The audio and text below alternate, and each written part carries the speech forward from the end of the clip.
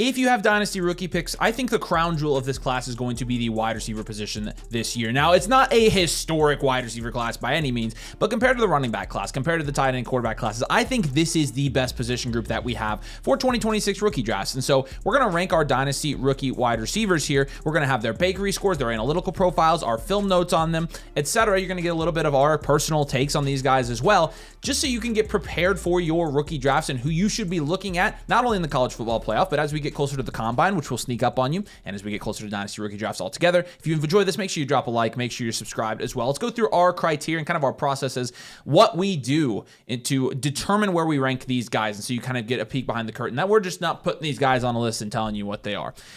We tend to watch a minimum of 2 games of film per player, a minimum of 2 games against high-level competition. So if we have 8, it's all 22 film usually. So, and that's not only their highlights, that's the plays where for wide receivers, they're run blocking, that's the plays where they're not actually involved or the first read, things like that. What does their body language look like, stuff like that. And so, we're looking for those games specifically against the highest level competition possible so that we can see them against what is the closest to NFL competition that we possibly can check. So not Kennesaw State.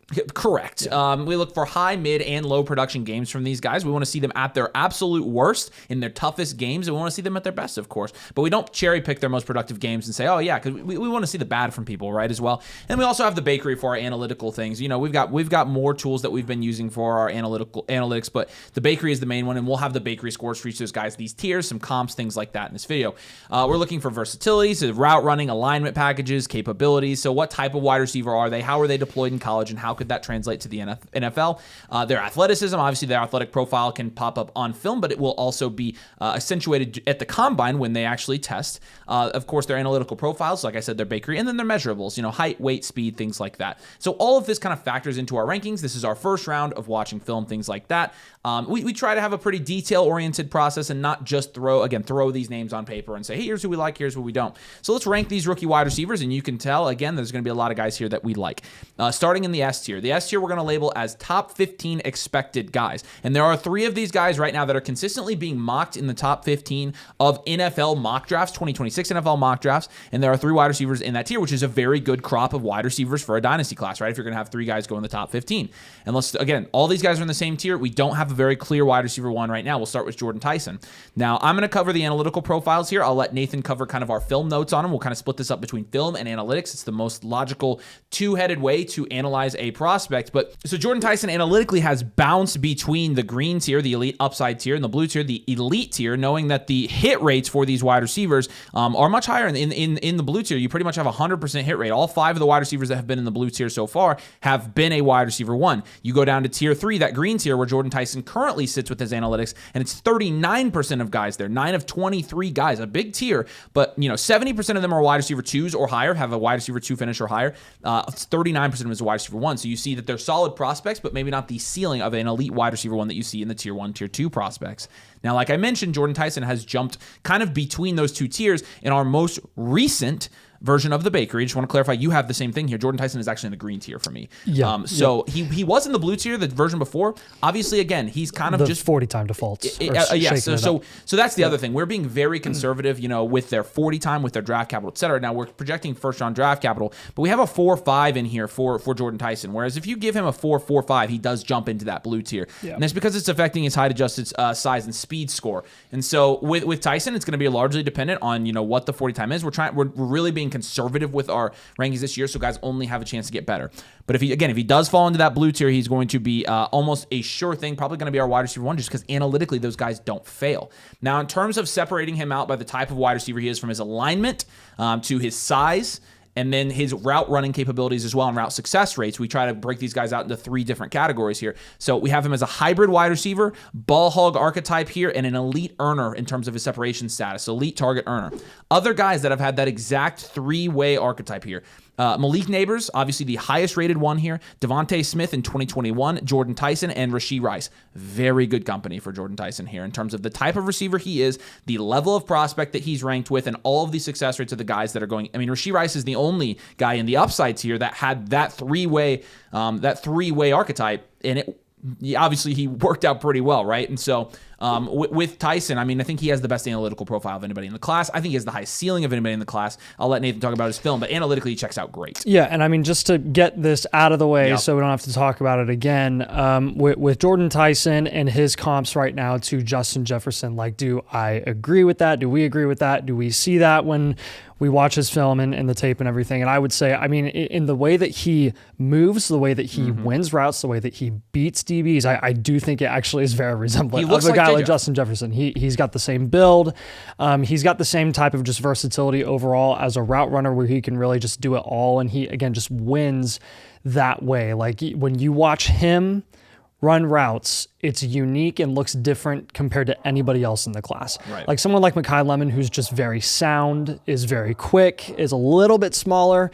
Tyson just looks different when he's running routes out there.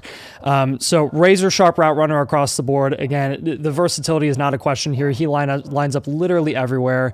He's in the slot. He's on the outside. He does get a lot of work in the short to intermediate game. Like even though he lines up everywhere, I would say 60 to 65% of his work and his target volume is in the short to intermediate game, which is very interesting. A lot of comebackers, a lot of hitch routes, and things like that. And he's very good at that. I mean, he's got some solid yak ability. He's very tough after the catch. And he's got good straight line speed and overall acceleration. So like when he is lining up on the outside, he can beat anyone at any time. He can just run a go route and cook you and score a touchdown at any given moment. But again, like I think the thing that was most interesting to me is I think he's more of a short to intermediate, like target earner that's a very sound route runner across the board. I do think he has some work to do in the contested catch area of his game. While you're going to have that route running comp to Justin Jefferson, he's not even close in terms of contested catch ability and consistency. He's very up and down in that area. And you're going to see a lot of highlight reels from Jordan Tyson where you see some phenomenal catches in traffic. You're going to see some really, really good sideline toe taps and things like that, and things of that nature. But I will say for the whole body of work, like you might not always see the bad from Jordan Tyson when you're looking at highlight reels on YouTube. And he's got some inconsistent hands on there. He's got some weaknesses in terms of physicality against DBs. He can get thrown off schedule when he's got a physical matchup on the outside. So keep an eye on that with Tyson. That's something that he's going to have to work on and clean up. Not to mention the medical being a big concern for him for a lot of people, which is he's missed multiple games, I think every season that he's been at Arizona State for kind of soft tissue type of stuff. Obviously this year he's had a lingering hamstring issue, and that's something that you don't want to see for a wide receiver of the skill set of Jordan Tyson, where he is so dependent on his athletic ability as a route runner. You want those hammies to stay intact. So look, other than that though, like I think overall Jordan Tyson, the hype is absolutely 100% real. He's already declared, and I think he's pretty much a lock to be a top 15 pick. All right, let's pivot now to Carnell Tate, our second wide receiver in the top 15 expectation. I've seen mock drafts where Carnell Tate has been going in the top 10 recently. Mm-hmm. So I think it's warranted. Like you're playing alongside one of the best wide receiver prospects literally in the last 10 years, and you're producing, and you're on, a top 5 team, not the number 1 team. We're the number 1 team, but the number 2 team, I mean, it's fine. In the country, look, I mean, there's a lot to be said there. And so with Tate, looking at his analytical profile, he, just like Jordan Tyson, is in that green tier. Now, I don't know if you take his 40 time up, he's not going to jump up to the blue tier. I think he really is a green tier guy. I don't think he's the level of prospect of, again, those other guys that we've seen in that blue tier that have been like absolute sure things. I don't think he's even analytically a sure thing as Jordan Tyson. JSN, Drake London, DJ Moore, AJ Brown, Garrett Wilson are the guys in the blue tier. I don't quite think he's that level of prospect, but I think he's really, really freaking good. And I think you've seen it. Floor is so high. I think you've seen it. That's the other thing. He's a super high floor guy. Now, in terms of, again, his analytics, let's get into this. He, is utilized most of the time out wide, again, playing alongside Jeremiah Smith at Ohio State. He was mostly deployed out wide. We've got him as a prototypical X wide receiver. Now, the problem with X wide receivers is these guys to be more boom or bust than any other type of wide receiver in fantasy football. Let me just go through a couple of these wide alignment proto X wide receivers that we've had come through the bakery the last couple of years. Marvin Harrison Jr., best prospect we've had in the bakery.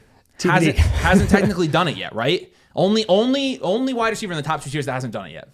Brian Thomas Jr., Rome Odunze, DK Metcalf, George Pickens, and people want to talk about the George Pickens versus Carnell Tate.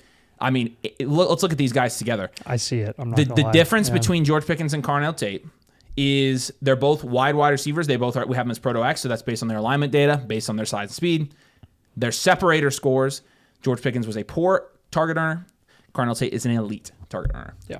A lot of people want to say, hey, Carnell Tate is a better version of George Pickens. And to that I say, yeah, I mean, I see it. Their bakery scores are almost identical here. The wide receiver grades here being 11.35, 11.31, puts them both in the 95th percentile among all wide receivers in the bakery.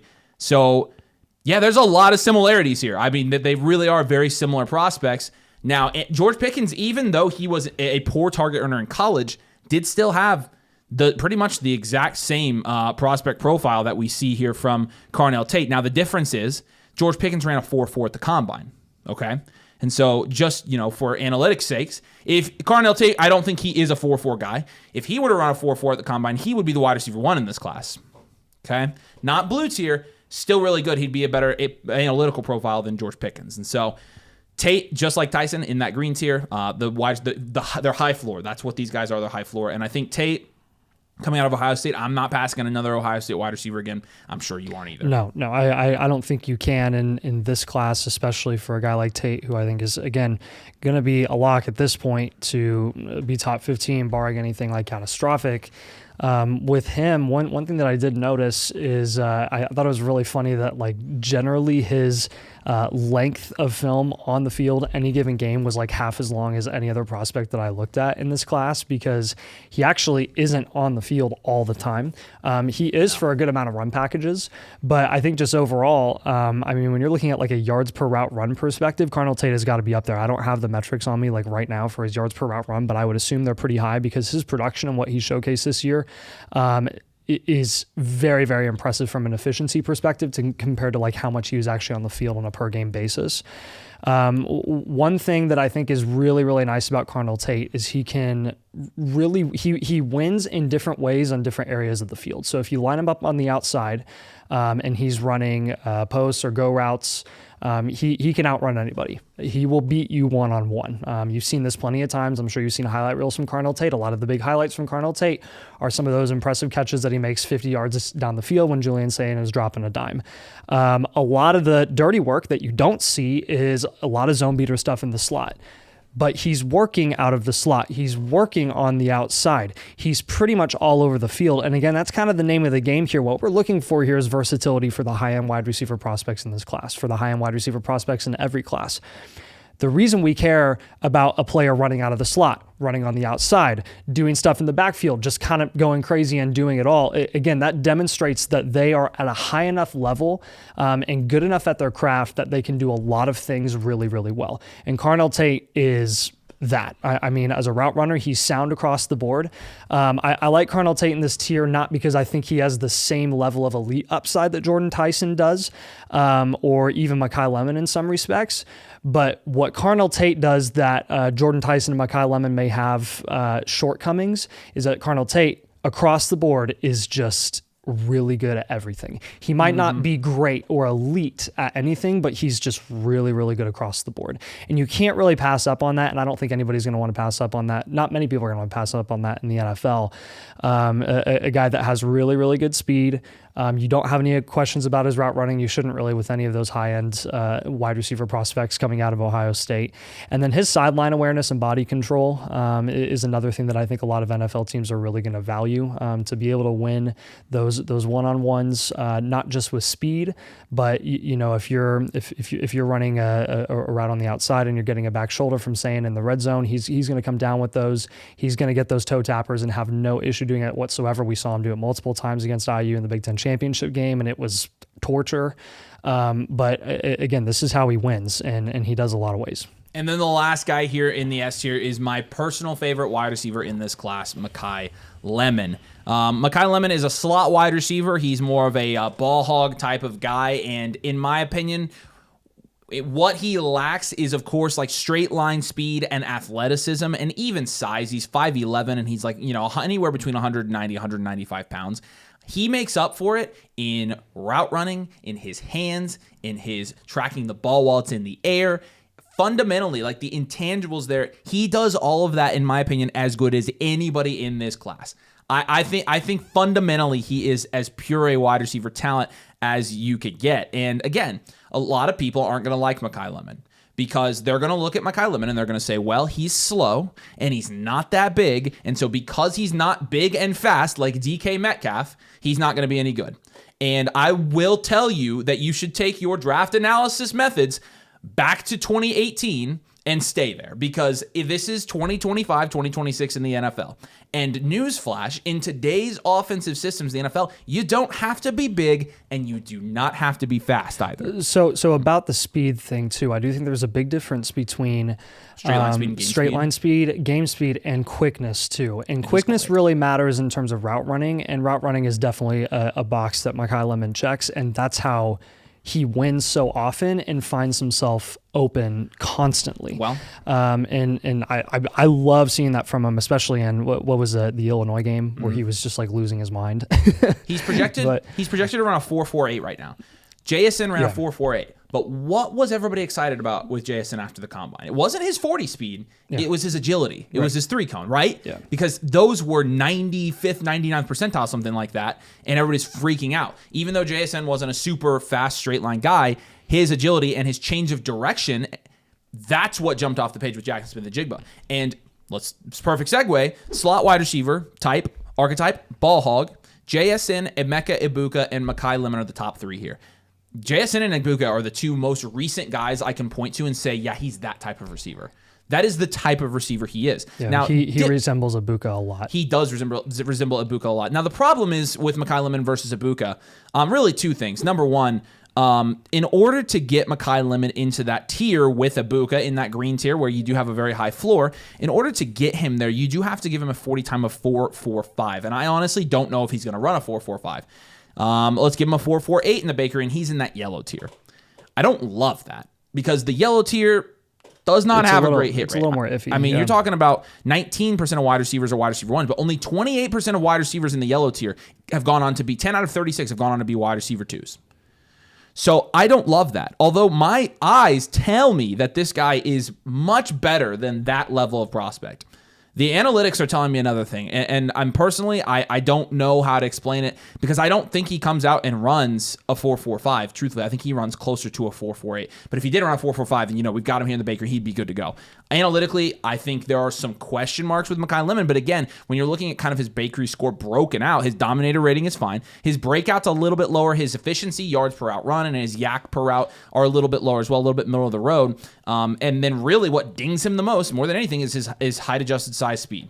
And so again, like how small he is and the fact that he's not like blazing fast is really hurting his analytical score. But again, in my opinion, I don't think it's going to hurt him in the NFL, and I think you probably saw that on film. Yeah, and what I think is interesting too is, like you said, Ibuka and JSN kind of in that same build as Mekhi Lemon. And one of the things that I think a lot of people are going to say that are not fans of Mekhi Lemon or aren't as super high on him this year is that, he's just going to be an exclusive slot because of his size and whatnot. First of all, he's like 5'11", $190, which is totally fine in terms of size. Number two, the guys in that range, Ibuka and JSN, a lot of people who are not fans of those players said the same thing about those guys. Yep. They were only going to be slot guys. They didn't have it good enough to be able to play on the outside at the NFL level. And I will also say, in terms of slot versus out wide alignment for Mekhi Lemon at the college level, it's a pretty good balance of both. He's pretty much all over the field, and it's not like he heavily favors one over the other. Another thing that I think is really nice about Lemon is his spatial IQ and his ability to find soft spots in zone coverage is probably the best that I've seen in this class. It's better than Tyson, and it's better than Carnell Tate.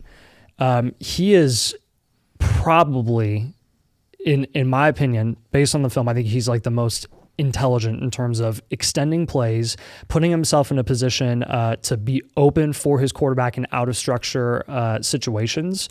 And the catch and run specialty is really, really nice as well.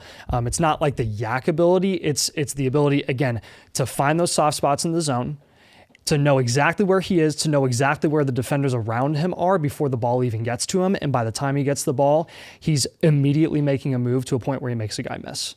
And that gets an extra 5 to 10 yards. So that's going to be really, really valuable for, I think, a lot of teams that are looking for that type of skill set in Mekhi Lemon, which merits him being a pretty high first round pick. Yeah, and to build on what you just said, for 2025, his alignment data, 70% slot, 30% out wide, and 2% off line of scrimmage. And so, not super dominant slot. We see other guys in this class like Omar Cooper Jr., who's been using the slot 83% of the time. Yeah. And so, yeah, you're right. I think he does, just like JSN, who this year with the Seahawks has been pretty much moved outside. Almost exclusively. I don't know. Jason's still playing a lot of slot snaps technically, but he's being used as more of a hybrid guy, and he's thrived out wide. Absolutely thrived. And so, I would say JSN's a better prospect than Mekhi Lemon, but I do think he's that type of receiver, and that's kind of what I'm getting at here. I love Mekhi Lemon, and again, I think his analytical profile at the end of the day will check out. We'll feel pretty good about it. All right, so we're going to move to our next tier of wide receivers here. And I will say this real quick. If you'd like to have access to the bakery that we're using, if you'd like to have access to our 2026 Dynasty Rookie Draft Guide, which when it comes out, it's going to be very soon. You can get access to all of this. Get access to Nathan and I. Get a free team blueprint for your team. Get all of our Dynasty tools as well. So you get a combination of all the tools you need for your Dynasty leagues. You can get in a league with us, and then you can also get the one-on-one advice with the blueprint and the infinite blueprint. If you sign up as an annual Mother Flocker with code DOMAIN, you will get access to all of Nathan and I's exclusives, including everything that we're talking about in the video. So flockfantasy.com/domain. I've got the link in the pinned comment. Again, use code DOMAIN, annual Mother Flocker. We'll get all of that for you. We'd love to come have you join us. We've got a lot coming for you this offseason to get ready for this rookie class. Now, the A tier here is the day one expectation tier, and it's a very lonely tier because there's only one guy in it, and it's Denzel Boston. Denzel Boston, outside of the top 3 guys, is really the only guy that we're willing to say, yeah, he's almost certainly going to go on day one, unless something catastrophic happens. And with Denzel Boston, looking at where his analytics are, right now he's in that that yellow tier. And so again, that upside tier where the hit rates aren't necessarily fantastic, but again, a lot of this is because we're doing like a blanket 4-5-40 time for everybody. If you give him a 4-4-5, he also jumps up to the green tier. And so in terms of what he'll actually run, I don't know. We don't have 40 time data for any of these guys, but we will very soon. But anywhere from 4-4-5 to 4-5-2 is probably what we're looking at. I think we're looking at closer to a 4-5-40 time for Denzel Boston. And so because of that, I think that, his analytical profile could end up being one where he's in that yellow tier. And again, I think this is another guy where his film is much better than his analytics. I think that's a lot of guys in this class at this point because analytically, this isn't a fantastic class. I wish he'd stayed healthy all year. That would have been really nice. And that's part of it. That production would have been way higher. Yeah, I think that's a big part of it because that's going to bring down his dominator ratings all across the board. All that factors into the bakery and things like that. And so you have to consider that when analyzing him. But in terms of the type of wide receiver he's mostly lined up out wide. The alignment data for him is, let me find the percentages here. Alignment data for him this year, at least 80% of the snaps out wide for Denzel Boston. And so, we have him as the slow and big wide receiver archetype. So, again, other guys in this tier that we've seen recently, the highest rated wide receiver that was a out wide wide receiver that we had is slow and big. Tat McMillan was the highest graded one last year. Obviously, he looks really good. Mike Williams, Quentin Johnson, T. Higgins, N'Keal Harry, and Denzel Boston, Trey Harris, and Bryan Edwards. Now, you'll notice the top 4 guys, the guys in the green tier there, when you filter by wide and slob there, pretty good. The next 4 guys, or the 3 guys that Denzel Boston's around, not so good. And so worth noting. Also worth noting that of the guys that, Denzel Boston's currently in that upside tier with that build, only one of them got first round draft capital, and it was N'Keal Harry. Trey Harris was a 2nd round pick. Bryan Edwards was a 3rd round pick. And so good old Bryan Edwards. Remember those days? Remember the days? I do remember those days. That was fun. Yeah. But with Boston, again, analytical profile, not bad. he needs a little bit of combine help, and we'll see what the combine does. The combine help will analytic. be really big for Boston. You think so? You think what do you think will happen at the combine? I mean, does he look fast on tape? I think I think his long speed is really good. He beat more people down the field than Mekhi Lemon. Well, you saw that a lot. But he's not a lot of big plays. Yeah, and he's not as laterally quick as Mekhi Lemon is. Of course. But like the big and slow, I would say yes to big. I would say don't know about slow because he does look pretty fast in some of the tape. We'll just see. But again, like when you're running a 40 time, some of it is just acceleration. Like in the short to intermediate game, like is he really gonna cook somebody in the short to intermediate? Right. Not as much as he is when he's just running a straight line down the field. And again, that's part of why he runs 80% of his snaps on the outside. He really is like that true alpha kind of X wide receiver that's just gonna out physical everyone that he goes up against. He's incredibly tough to tackle. He plays incredibly well through contact. There is no guarantee that you're going to get him down immediately after he catches the ball. He's probably going to get the extra 5 to 10 yards just because he's going to bully the crap out of you. He reminds me of a more athletic, a faster and a more athletic version of some of your other big wide receivers who are target hogs in the NFL right now, like a Michael Pittman low end, or even like Amon-Ra, who technically is a slot wide receiver, but he runs like those two guys do, if you know what I mean. Like when you get those guys the ball behind the sticks or behind the first down line, you know that there's a pretty decent chance that they're going to find a way to get the first down. And that's how you kind of feel with Denzel Boston, but it's happening 20 yards down the field because again, that's where he's lining up and that's where he's getting a lot of his work. Phenomenal sideline body control. Again, his ability to bring the ball down on back shoulders and the toe taps, they're beautiful. They're amazing. He looks so good on the outside there. Red zone usage is always going to be there in terms of just like how Washington like to utilize him. For a gotta have it play, Denzel Boston's your go-to. Denzel Boston was their go-to when he was healthy this season. Even coming back when he was like 70% against Oregon, he had like 2 touchdowns. And they were all in the red zone. It's like, get the ball to Boston once you're in the red zone.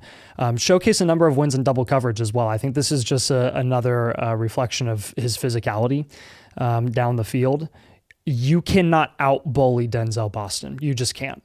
If you're going to be in a physical matchup with him downfield, he is always going to have a chance to bring the ball down because he will never let up. He will never fall down unless you're literally dragging him down. He's going to have a really good chance to win all of those. So contested catch situations, just the versatility as a route runner as a whole. Again, he doesn't have that Jordan Tyson-esque movement or Mekhi Lemon-esque movement, but he can do it all. Again, he's kind of more in that Carnell Tate range of like, he's very good at all of it. He's not phenomenal at any one of them, but you know that he's very reliable across the board. All right, and then going down to the next tier here of guys that are day one hopefuls at this point. These are the guys that could end up sneaking into the first round of these drafts, and we'll kind of see. We'll talk about their analytical profiles first, and let's start at Casey Concepcion. A hybrid guy. It was about 65-35. He was in out wide about 65% of the time, in the slot about 35% of the time, and so kind of splitting his time between those two places. And interestingly enough, when you're looking at the guys who are hybrid wide receivers, archetype being prototypical Z wide receivers, which basically means any wide receiver that's not in the bucket of prototypical X, a deep wide receiver, the really athletic but tiny, the slow and big, all the guys that aren't there, they fall into the prototypical Z. And so interestingly enough, this year there are 2 guys, and they are the second and third highest rated guys with these 2 different types and archetypes that we have seen in the bakery. The top guy that was in the green tier that had elite upside coming out of Minnesota was Rashad Bateman. You'll remember Rashad Bateman. He was at the combine 6 foot, 190 pounds. He ran a 4.43, got first round draft capital, had a very good analytical profile.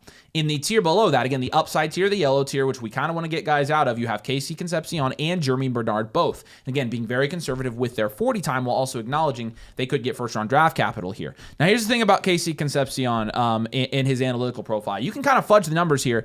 If you give him a 4.45, though, he's still not in the green tier. If you give him a 4.43, he's still not in the green tier. If you give him a 4.4 flat, he's still not in the green tier. If you give him a 4.39, I think that will probably get him there. He's still not there. And so, like, we have basically his tier locked in.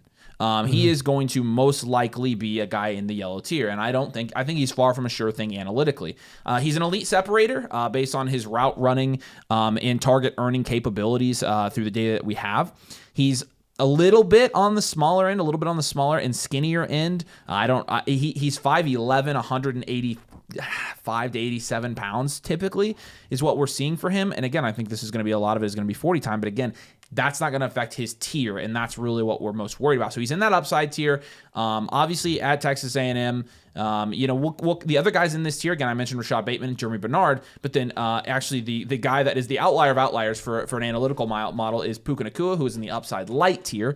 Kayshon Boutte was in that tier. Chimere Dike last year, you'll remember he was in that tier. Jack Besh was in this tier, this type of receiver. And so those are some of the other types of guys that you have in this tier. I think they all kind of fit the same type of build there, just to give you an idea of what his archetype is from an analytical standpoint. Yeah, and like you were saying, as a route runner, super precise route runner. He's kind of like Mekhi Lemon, where his quickness is going to do him a lot of favors in that area of his game. He can stop and change direction on a dime. I mean, you're seeing him break DB's ankles in the short to intermediate just because of a cut to the outside or the inside, and he's got he's screaming open just because he's that quick. But again, in terms of size, like, he is going to lose a good number of physical matchups against bigger corners. He can be thrown off schedule in those matchups as well. So this is one where, again, can he do it at the NFL level? Can he play physical? Can he get himself to a point where he can kind of overcome some of those weaknesses and really have high-end production upside as a fantasy asset? I think as a route runner, I think it's possible, but again, there are some of those maybe yellow flags that you want to look at, some being the analytics, the others being the size. But the versatility, again, is not a question. In terms of his alignment out wide in the slot, we've already said it's definitely there. The speed is not going to be a question. I would expect him to be 4.45 or under. He seems to be very, very fast, and good ball tracking skills as well. So as a talent, I mean, being the number one guy for Texas A&M, which is definitely something that you can be proud of. I mean, A&M, one of the better teams in college football this year, and he's been a big part of it. That's going to be, I think, a big reason why he's a first round hopeful. Okay, other two guys in this tier here. We'll spend more time on Chris Brazzell. Now, Chris Brazzell out of Tennessee, lots of people really like him. If you give him first round draft capital, you can fudge his numbers a little bit. It really is going to depend on, again, his athletic testing. But as it sits right now, I'm just going to put this out there for you. He is in that upside light tier. And so that's not really a tier that we love drafting guys in. Getting down to that tier, we haven't talked about the hit rates for that tier in the bakery yet.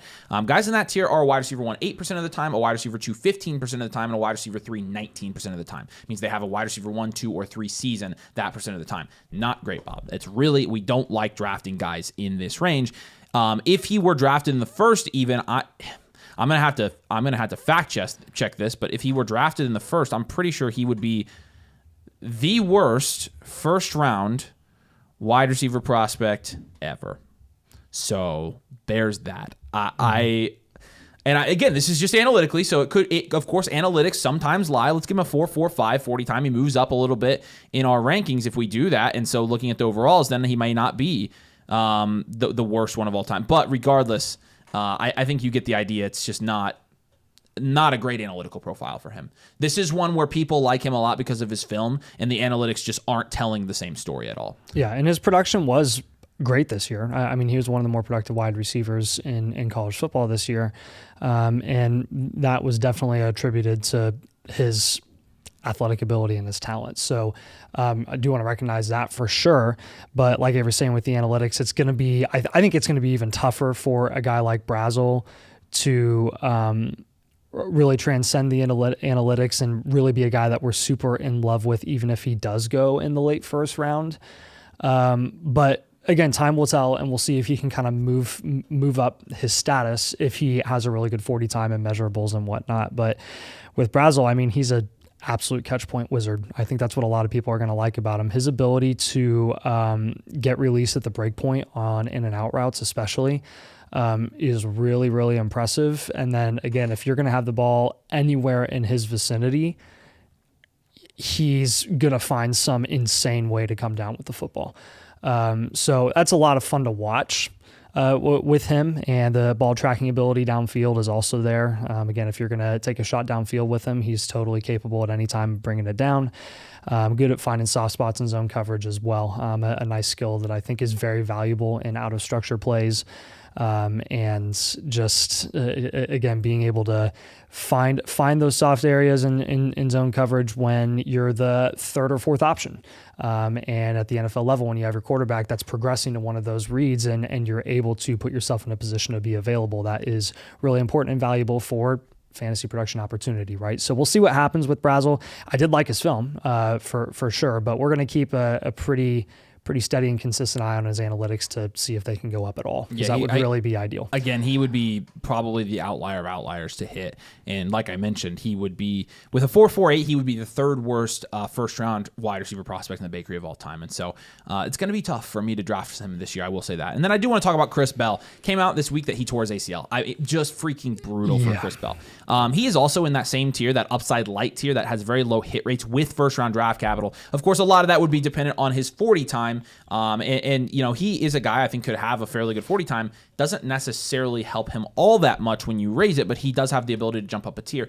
Really, the thing with him is he going to come out this year? A year coming off a torn ACL, he might go back to school. I don't want to spend a ton of time on him, but obviously if he were to come out, you know, another guy that lines up out wide, he's big. He's not super fast. He's 220 pounds.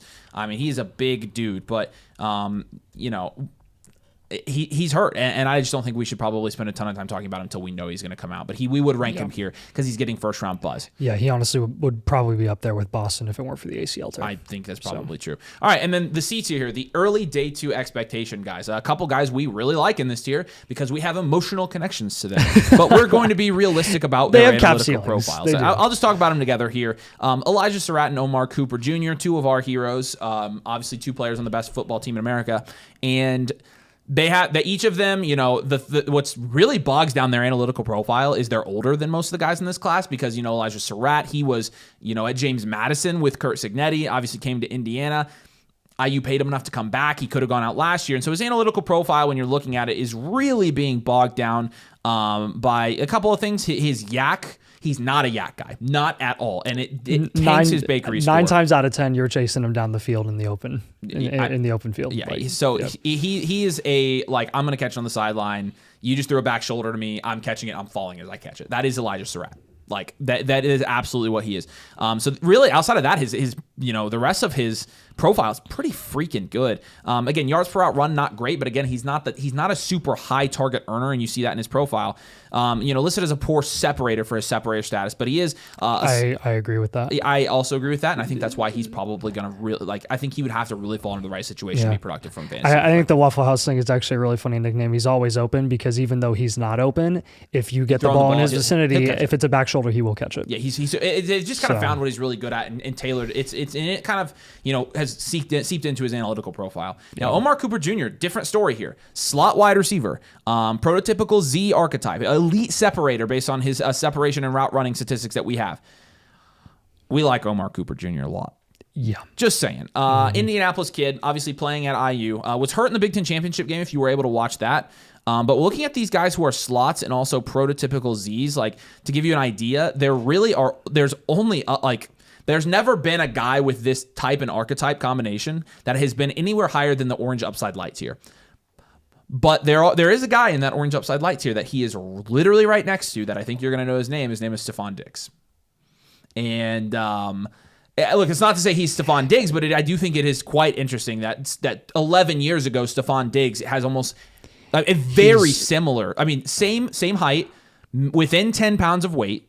40 time we're going to have to see, but I bet they run really, really close together. Stephon Diggs was a 5th round pick. The athletic comp is not bad at all. I don't think it's bad. He's so athletic. And so, like, I think that's his absolute ceiling, though. Again, you're talking about being in this orange tier where it's going to be hard to draft him. So analytically, it's a little bit tougher. But Parker Washington's also in that tier. You've seen him have some fantasy relevant. And also, he was able to go in and you know, carve himself out a role And he wasn't that great of a prospect. Hunter Renfrow was also this type of wide receiver. And so not a ton of company here with this, type and archetype combination. But we love his tape. And honestly, I think he's a guy that could be used as a little bit of everything in the NFL. Obviously, he's a slot wide receiver, but I think he could also be used as a little bit of a gadget guy. They use him as that a lot. You're getting him in space this year at IU on screen passes. He's really good at making guys miss. Really good at that. And so we like both of these guys a lot, and we've watched every single game and every snap of them this season, so we're very familiar with them. Yeah, I mean, number one, there's a really, really good chance, in my opinion, that Omar Cooper works out at the NFL level better than Elijah Surratt does, just because of how they win and what they're good at. They're very, very complementary pieces at IU, right? You've got Surratt 90% of the time on the outside. You got Omar Cooper streaking across the field out of the slot. They work very, very well together. So part of that, again, with them being complementary, is they kind of get open for each other. They open each other up in terms of. I'm not going to say that. No, you keep it in. Keep going. That was leave so it bad. in. Leave it in. I keep going. They open each other up. Anyways, with Cooper, I mean, you are going to see some of the best highlight catch reels from Cooper in college football this season. He has incredible hands. Yeah. There's honestly, I don't know if there's anybody outside of Jeremiah Smith and Carnell Tate who have better hands than Omar Cooper does. So he's got that going for him. And again, with Surratt, like Avery was saying, he's not that crazy of a route runner. He's not going to be screaming open constantly just because he's cooking DBs. But those back shoulders, man, he's going to win like crazy. And as far as like contested catchability, high pointing the football, he's actually kind of inconsistent at it. But again, there is value in someone who is just incredibly physical. And I think one thing with Surratt is he kind of did remind me of like a Denzel Boston light, where he's not nearly as athletic as Boston. He's not nearly as fast. He's not nearly as good of a route runner, but his work ethic and his physicality is as good as Boston. And again, he just does everything that Boston can do at like 75 to 80% of his ability. So I think that is going to be worth a pretty decent day two shot for a lot of NFL teams. Yeah, I'm kind of with you there. And then Jeremy Bernard from Alabama, who has been able to produce a lot this season. I also don't think Ryan Williams has been like super dominant this season. And so Ryan Williams took a major step back this year. I mean, I kind of agree with you. Yeah. And so I think it's a little bit less impressive than like say what Carnell Tate is doing at Ohio State, playing alongside Jeremiah Smith, who's had a great freaking year when he's been on the field. But with Jeremy Bernard, he is, again, that hybrid Proto Z. We saw another one of those with Casey Concepcion. He's a poor target earner, according to our analytics here. And I mean, again, in that upside light tier. And so, I like him. I like what he's been able to do at Alabama. Obviously playing, for a good team in a good conference. It's just going to be a matter of what does the combine do him any favors, I think, and does he go to the right situation? I think you do see a good bit of gadget type wide receivers go in the second round of NFL drafts a lot, kind of role players that do have a decent amount of production upside depending on where they end up going in the NFL. And to me, Jeremy Bernard is a poor man's Debo. And he literally is number one. His film was more fun to watch, I think, than anybody else's because he is all over the freaking place. He gets carries, he runs jet sweeps, he gets bubble screens, does a ton of stuff after the catch. He runs like Debo. He's kind of not very polished as a route runner like Debo. But again, just because of his athletic ability, he's going to win a lot. So that gadget usage, though, man, that was a ton of fun to watch. Yeah. And I do think that's something that someone at the NFL level is really going to value to a point where I don't really see him falling any further than the third round. And I would expect him to probably go a bit higher than that because, again, if you have a team like San Fran who honestly misses the Debo skill set, or a team like Washington who had the Debo skill set this year, but they can get it at a way cheaper price and younger, then that's something that you would really like, depending again on who he's paired with at the NFL level. And again, like that's giving him first round draft capital, where he's in that upside light tier. He drops down to that orange tier with second round draft capital. If he gets second round draft capital, his analytical profile is going to be really tough to kind of look over here. I don't think he's going in the first round. I don't think he is either. And so with that, like you're talking about another guy that like is just analytically not in a very good situation. Yeah. But we'll keep an eye on that, of course, and see how his analytics change. And analytics aren't everything. You have to take the film into account as well. And his film, like you said, there's a very clear use case for him in the NFL if he does find the right spot. And so going down the day 2 expectation guys here, we've got 3 more guys we're going to rank. Deuce Robinson, great analytical profile actually. The problem is Deuce Robinson was surprising. He's an ex-wide receiver. So he lines up out wide a lot. He's the slow and big archetype. He doesn't separate well. He's 6'6", I think.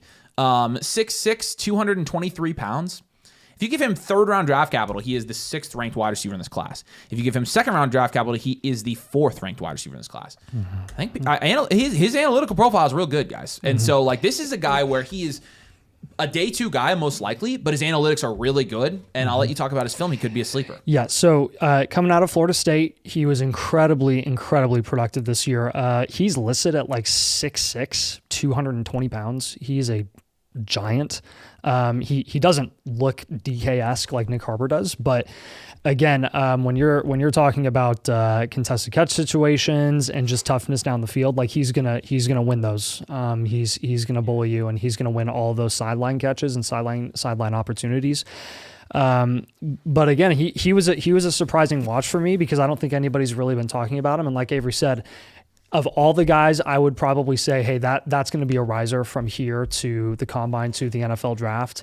I would probably put my money on Deuce Robinson because of his measurables, paired with his analytical profile. This guy has the traits to be a significant riser. He's got a sneaky, nice double move down the field on go routes.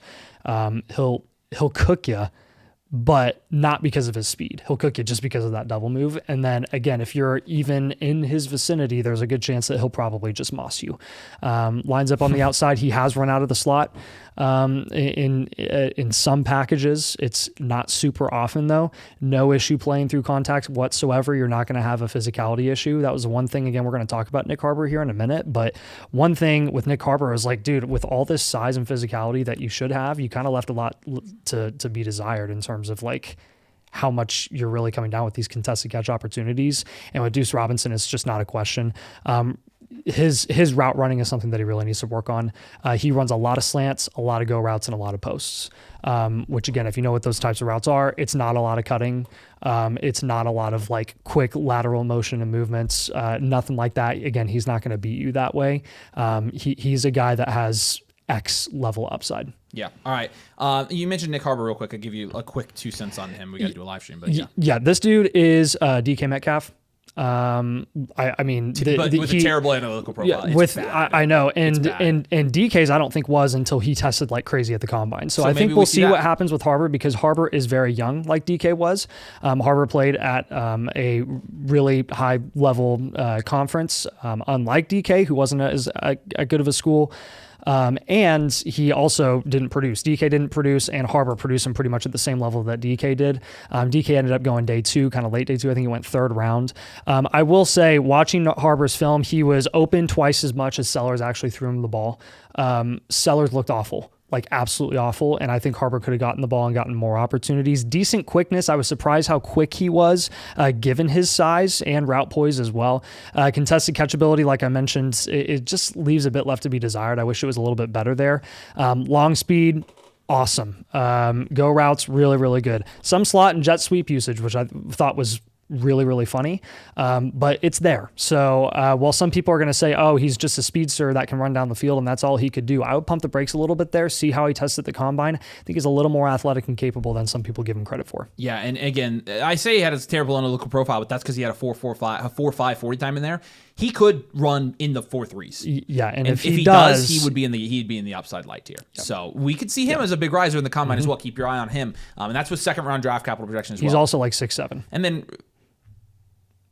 And then, real quick, last guy here. You did it. Day 2 hopeful. We're gonna have Jacoby Lane here. Look, this was the only guy where I like literally couldn't stand his film. Yeah, he really truly does have a bad analytical and he's profile. Not physical at all. So yeah, that's all we'll say about that. Other guys here that we could have talked about. Not sure quite yet about Eric Singleton from Auburn if he'll come out. Probably could have talked about Amari Thomas from Houston. Just haven't really gotten deep into that one yet. Some people ask about Eric McAllister out of TCU. He again analytically. We're gonna have to see with him. I mean, I think he's gonna be honorable mention for now. Zachariah Branch from Georgia. I like him.